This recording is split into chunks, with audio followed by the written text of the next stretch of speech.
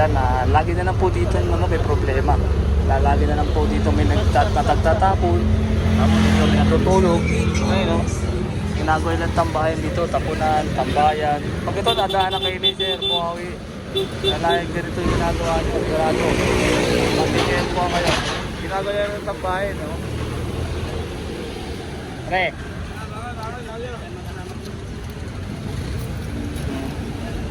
Dapat malis sila dito, hindi na tumatamay dito. Kaya kasama tayong pulis na pinapad sila dito. Kasi pag ginagawa yung tambahan dito, ginagawa nyo ng mga pwede magtambay, pwedeng natutulog, ginagawa nyo na kasi sila nagpapahinga. Kasi bawal sila dun sa bandang magpapahinga dun eh. Kaya nangyayari, dito sila natutulog, nagpapahinga. Tapos syempre yung mga iba na nagkatapan ng basura, nakaya lang pwede. Pwede tumambay, pwede magtapan ng basura. Every morning, ganito lagi ginagawa ng mga nagkatapan ng basura dito. Hindi alam kung ano oras sila nagkatapon. Siguro sa gabi para wala nakikita nagbabawal. Eh yun yung sinasabi natin, dapat dito hindi nakatawang barangay. Official, tayo, walang bata, agawad, ganyan. Pantay yung chairman. Eh? Nakita lang dito, nakakuhan natin dito kanina. May natutulog. Ayan, nakakayos na yung gisaan. Natutulog po dyan.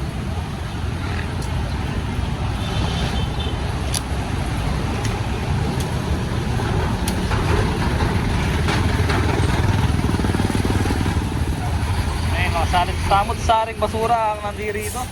Dapat to malinis to.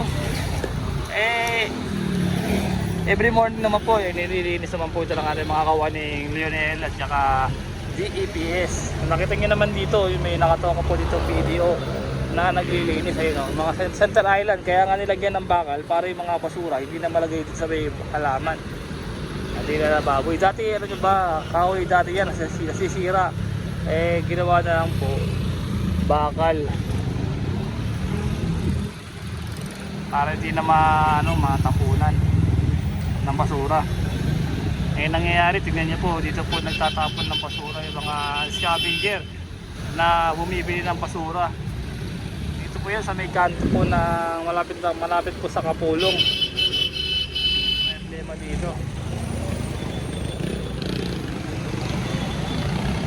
Natin yung mga pulis Sarina na nasisinasis po tayo para paalisin po yung mga tambay. Siyempre mamaya magkaroon po ng problema, pumalag, wala tayong magawa. Kaya tulungan tayo. Ito yung maganda rito, malinis na po yung road dyan dito, banda dito ha. Pero yung dito sa may Center Island, yung ng problema marami. Kaya po yung ating masisipag na unit lilinis sa kalsada natin dito sa kaba ng road 10, no? Ito, pinasaway na po ito nila Sir Jong na yung mga nagbebenta hanggat maaari, yung mga nagbebenta ng mga parang makina na karton, plastic, gimilid naman po kayong konti, hindi naman po kayo pinagbabawal maghanap buhay. Ilagay lang po natin sa ayos. Ha?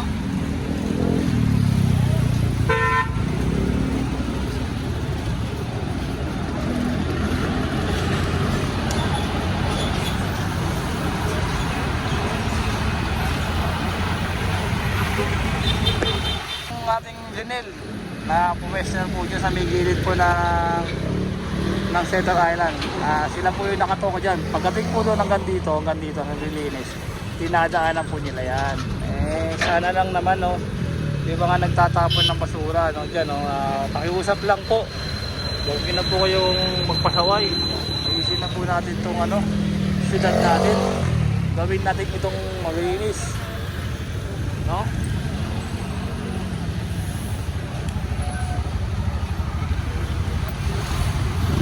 Okay ito sir. Gilid na lang kayo, gilid na lang. Huwag na kayong gitna para yung mga motorista natin nakakadaan ng maluwag, maayos. Hindi na makakadisgrasya.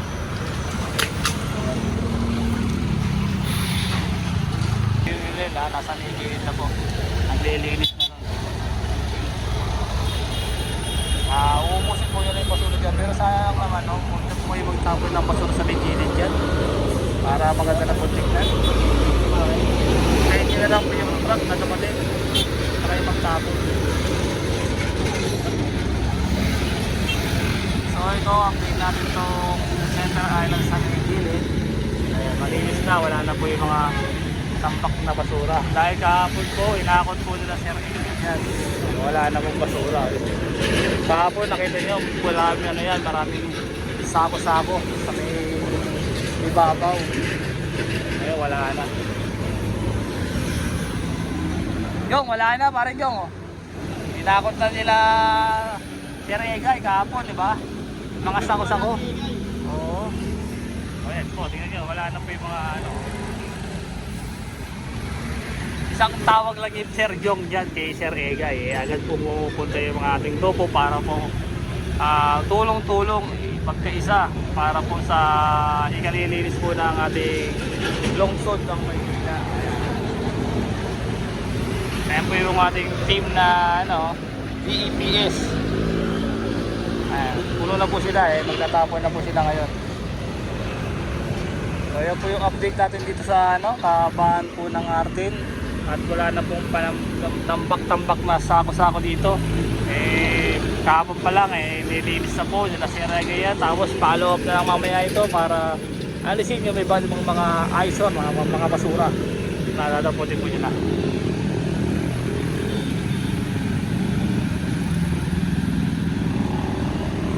Yun lang talaga ang problema guys sa may kabila kanan.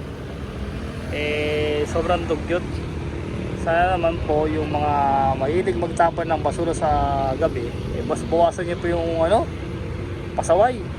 Dahil pag kayo naaktuhan po ni Sir Buawi ng Maynila, Kernel De Leon, hindi nyo magugustuhan ng mangyayari sa inyo dahil sigurado kayo ay makukulong, kayo ay magkakaroon ng siyempre pumulta kayo, diba?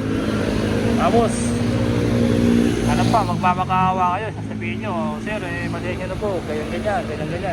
Lumang tugtugin na kay Kernel yan, kay Kernel De Leon. Araw-araw na ginagawa nyo na. Dapat alam nyo yan na bawal magtapon ng basura.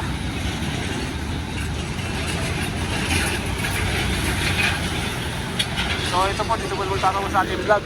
Tatamayanan nyo ulit po yung ating mga iba't ibang vlog dito sa kahabaan po ng Arden na unti-unti na po nalilinis, nababago at nagkakaroon po ng linaw, nakaisan sa Maynila. Okay guys, time check po natin ay alas 8 na po ng umaga, January 23, 2026, Manila. God burns. Ayan guys, nakakalahati na po yun yung area na malinis sila. Bali hindi po nila iiwan to kasi hindi po nila nalilinis. Kaya po sila kami sa pagpili sa mga tao dito. Action ka agad. Tanggal kami ng mga dito na mga sako-sako. Kaya hindi yung naiiwan na namin po ni Sir Egay. Update na dito sa araw na to. Boss, shoutout sa'yo ha. Ingat. So, iligin niyo po sa may Center Island. Wala na rin po yung basura doon.